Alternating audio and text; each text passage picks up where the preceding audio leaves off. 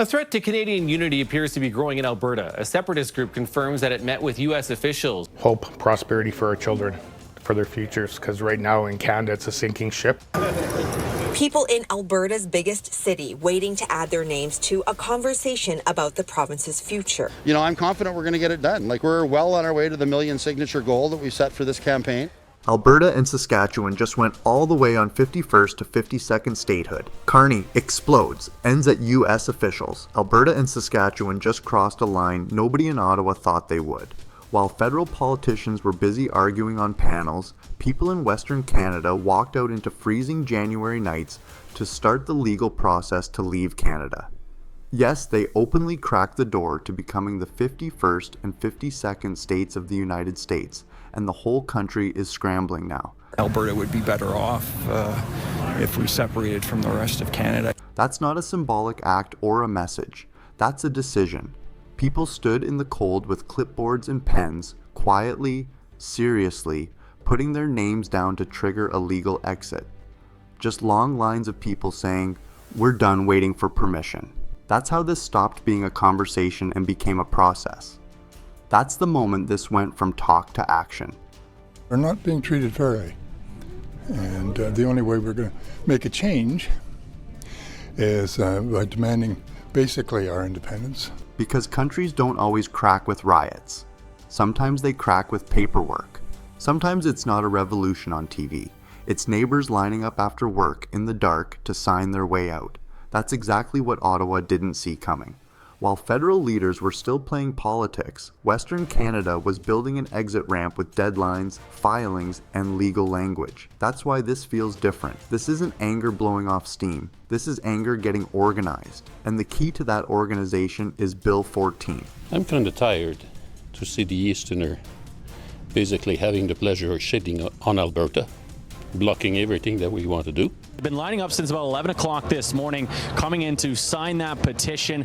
Organizers telling me just minutes ago about 650 people were lined up here before 11 a.m. this morning. Organizers need about 177,000 signatures for this petition to be successful. Once Bill 14 passed and got royal assent on April 8th, everything changed. This stopped being a movement and became a legal machine. Filings went straight to Elections Alberta. That's where emotion turns into enforcement. That's where frustration becomes a clock. Now there's a hard number, 177,732 signatures. By May 2nd. So Alberta and Saskatchewan, they're oil and gas titans, but pipeline cancellations, tightening of regulations, tax grabs from Ottawa, they've hammered their economies. So we're seeing billions in energy revenues flow eastward, while Westerners see their jobs, their industries, and their ambitions blocked by liberal cities like Montreal, thousands of miles away. That number is Ottawa's nightmare, because you can spin outrage, you can dismiss rallies, you can wait out trending topics, but you can't wait out a deadline, and this clock wasn't started by Ottawa. That's the part that really hurts. Western Canada started it.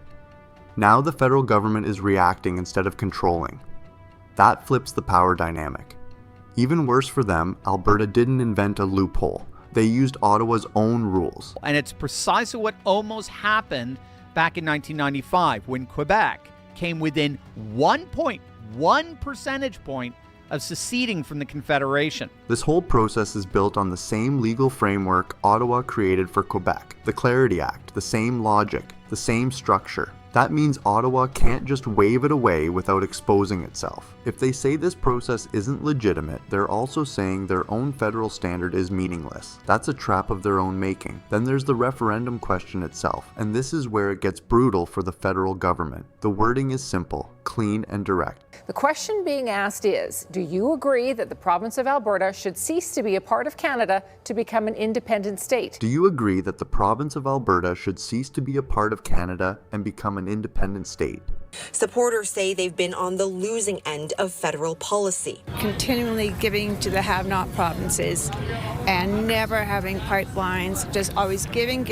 This forces a choice. Either Ottawa respects the process they created, or they admit the rules only apply when it's convenient. That's not just a political problem. That's a credibility problem. And credibility is everything in a federation. Because I've had enough. I started my work career under Pierre Elliott Trudeau prior to the NEP, and I've seen nothing but destruction. That's why this is bigger than one province. This is about whether Canada's system actually means what it says. If a province follows the federal playbook and Ottawa still refuses to engage, then every province is watching. Every region is learning a lesson. The lesson isn't about Alberta. It's about whether the rules are real. That's also why Saskatchewan changes the entire equation. If Saskatchewan or Alberta were simply to declare themselves independent states, and other states were to recognize them as independent states, and the government of Canada ceased to have any control over Saskatchewan, Alberta, it may be that de facto they would become independent states as a matter of international law. When Saskatchewan joins, this becomes uncontainable. One province can be isolated. Two provinces with coordinated legal processes, shared grievances, and combined economic weight becomes something else entirely. That's no longer a regional headache. That's a structural threat. We're contracting with folks in America to tell our story, that this whole Canadian political narrative that Canadians don't want to be the 51st state is that's just simply not true. Together, Alberta and Saskatchewan represent millions of people and a massive share of Canada's real economic engine. Energy, agriculture, potash, oil, and wheat. These aren't symbolic industries. These are the pipes and wires that move money through the country. What really freaked Ottawa out is how fast this scaled. Over 30 events in a single month, more than 2,000 registered volunteers. That's not enthusiasm, that's infrastructure. That's logistics. That's people coordinating schedules, locations, sign-up sheets, training, and transportation. I feel pretty good. Why? I use my voice, willing to stand for what I stand for, and it feels really good. That's a machine. Movements are loud. Machines are quiet and efficient. Machines just keep running whether anyone's paying attention or not. And once a machine is built, it doesn't disappear when the news cycle changes. It just keeps collecting signatures. That's why this feels different. Ottawa knows how to handle protests. They don't know how to handle a well-organized, legally focused grassroots operation that looks more like a campaign than a complaint. And then you layer in the youth vote, and that's where things get really uncomfortable for the people in charge. Most of my paycheck either goes to rent or bills and hardly for food anymore. And you think a referendum vote for Albertans will actually change things? It will, because most of the taxes will actually stay in Alberta. Because the polling tells a story Ottawa does not want to hear. Overall support for independence sits around 31%. That alone is enough to make politicians nervous. But the real number that makes people choke on their coffee is this. Among 18 to 34-year-olds, support jumps to around 40%. That's not a protest generation. That's a replacement generation. That means this isn't something that's going to fade away with time. It's something that grows stronger as older voters age out and younger voters age in. That's a demographic time bomb. It's a demonstration of democracy, and they have the opportunity to make their voice heard. I think it's a reflection that there are people who feel disenfranchised, be it by the federal government, be it by our friends to the south, and maybe all this is coming together at the right time for them to make their opinion known. Young people aren't just mad, they're making long-term decisions based on a system they think is broken. Housing feels impossible, education feels expensive, wages fall behind, and Ottawa looks like a roadblock, not a solution. That's where the idea of mental separation comes in. Political separation usually happens after people have already emotionally and mentally checked out. By the time the ballot shows up, the decision has already been made in people's heads. So we can have our vote and have our voices heard. And I think we got enough people, somebody's going to pay attention. And now Saskatchewan steps in and changes the entire geometry of this thing. One province is a problem. Two provinces is a crisis. Saskatchewan's prosperity group barely existed weeks ago. Now they're organizing town halls across the province. Saskatoon, Swift Current, Prince Albert, and Meadow Lake. That's not symbolic. That's territory coverage. That's the map lighting up. When two provinces move together, Ottawa can't just isolate one and squeeze it. The math changes. Together, Alberta and Saskatchewan represent about 6.9 million people and over $350 billion in GDP. That's roughly 22% of Canada's economic power. We have seen with his predecessors, many of the cabinet ministers who were at the table then are going to be at the table now. They had overly aggressive targets that were unachievable. That's not a fringe region. That's the heartbeat of the country. If that heartbeat starts talking about leaving, the whole body feels it. And then you get to the real leverage. The stuff that makes finance people sit up straight. Together, Alberta and Saskatchewan account for about 98% of Canada's oil production. Saskatchewan dominates global potash. Wheat flows out of these provinces into global markets. These aren't optional industries. These are structural. You can't just replace that overnight. You can't just reroute that easily. If those flows get disrupted, contracts shake, prices move, supply chains get weird, investors get nervous. That's why this isn't just political leverage, it's economic leverage. I'm sick of our government. So it's time to separate. It's like a bad marriage. I'm tired of giving my money away. I'm tired of the husband making all the money, being Alberta, and the dipsticks taking it all, without recognizing that the work that we're doing is really what's supporting Canada.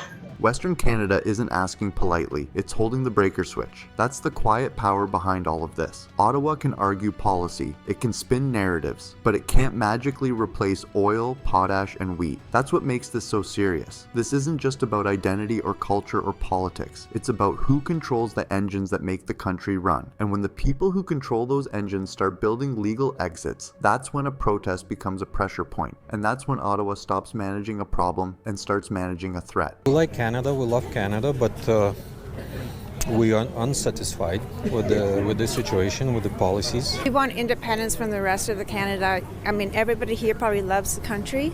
People out west no longer see equalization as fair. They see it as funding political loyalty in other regions, while their own bridges are patched rather than replaced. They see their money propping up systems they have no control over. That's not abstract policy. That's personal. That's why the anger sticks. Because people can handle hardship. What they can't handle is feeling used. And nowhere does that hit harder than in rural Canada. Farmers are getting crushed from every angle. The carbon tax alone costs many farmers around $1,500 a year. That's not symbolic. That's a tractor payment. Diesel is up about 47% since 2019. You don't negotiate with diesel prices. You either pay it or your equipment doesn't move. Then comes the fertilizer policy. Ottawa wants emissions from fertilizer cut by 30% by 2030. Farm experts say that means crop yields drop 10 to 15%. That's not a small hit. That's the difference between profit and loss. In some regions, operating costs have jumped up to 400%. That's not inflation, that's financial suffocation. Ranchers are selling cattle just to keep the lights on. Farmers are being told how to farm by people who've never touched a combine, never fixed a fence, never waited on rain. We need to go with the U.S. and we need to work with the whole family's here. We need to work with the oil and go all the way down to Texas. Ends at Texas. That's why rural anger feels different. It's not ideological, it's survival. When someone 3,000 kilometers away tells you how to run on land they've never walked on, separation stops sounding radical. It starts sounding practical. Then you get to pipelines. This is where Western Canada stops seeing Ottawa as a partner and begins to see it as a competitor. So why would a majority of Albertans think separation could happen if only a minority actually wanted to? I mean, there's always been an element at the fringes with an appetite for the idea. What's changed? Energy East cancelled. Northern Gateway killed. Trans Mountain's cost rose from $7.4 billion to over $30 billion due to delays and chaos. While all that happened, Western Oil continued to sell at a $15 to $30 discount to US oil. That discount costs the region about $20 billion every year. That's wealth being quietly drained, but access is blocked. The oil is there, the demand is there, the only thing missing is permission. That's why people say Ottawa is acting like Alberta's biggest competitor. Federal policy doesn't just regulate, it devalues Western resources. It keeps product trapped. It keeps prices low. That's not partnership, that's suppression. And while politicians argue, the markets are already making their move. Alberta would be better off if we separated from the rest of Canada. After Bill 14 passed, the Canadian dollar dropped. Alberta bonds started getting priced with extra risk. Investors don't wait for speeches. They price risk before politicians admit it exists. On top of that, estimates say $80 to $85 billion in capital has left Canada since Carney took over. Money doesn't care about press releases. Money cares about stability. When money starts moving, it's usually because it sees something coming. That's the part people miss. Markets often vote before people do. By the time voters show up, the money has already made its decision. Then Washington enters the chat. This is where the story gets awkward for Ottawa. Leaders of the independence movement have met with U.S. officials. American industry groups are publicly commenting. The U.S. Oil and Gas Association openly posted support. Not quietly, publicly. The U.S. already imports about $156 billion in Canadian energy. Saskatchewan controls massive potash supply. Agriculture between the two countries is worth tens of billions. From Washington's perspective, Western Canada isn't a problem. It's a strategic asset. That's why this conversation isn't being laughed off in the US. It's being analyzed. Quite frankly, I think the people of Alberta would agree with that sentiment, that they would prefer not to be a part of Canada and be a part of the United States because we are winning day in and day out. Then the 51st to 52nd state talks up, and people think it's a joke, until they realize it's being discussed as a strategy, not a meme. 3 scenarios are on the table. Independent but economically tied to the US territory, or full statehood. Whether any of that happens is a separate question. What matters is that it's being talked about seriously. That alone is leverage. If we did become Americans, maybe we might be better off. The moment Ottawa loses its monopoly over Western Canada's future, power shifts. Even talking about alternatives changes negotiations. It tells investors, governments, and industries that the map is no longer fixed. That's why Carney's reaction looks like panic. Emergency trips west, special funding packages, rapid policy announcements. When governments move that fast, it's not confidence, it's damage control. Leaders don't rush unless they think something real is happening. That's the tell. And underneath all of this is something even more powerful: mental secession. Did they mention Alberta's oil? Nothing. It's lumber, there's steel down, what about us? It's our money. People are already planning their lives like separation is possible. Businesses are thinking cross-border first. Communities are talking logistics, not slogans. That's the real point of no return. Political separation almost always comes after mental separation. By the time a vote happens, most people have already decided in their heads. That's what makes this moment dangerous for Canada as a system. If you have come this far, like this video and hit the subscribe button to get more updates.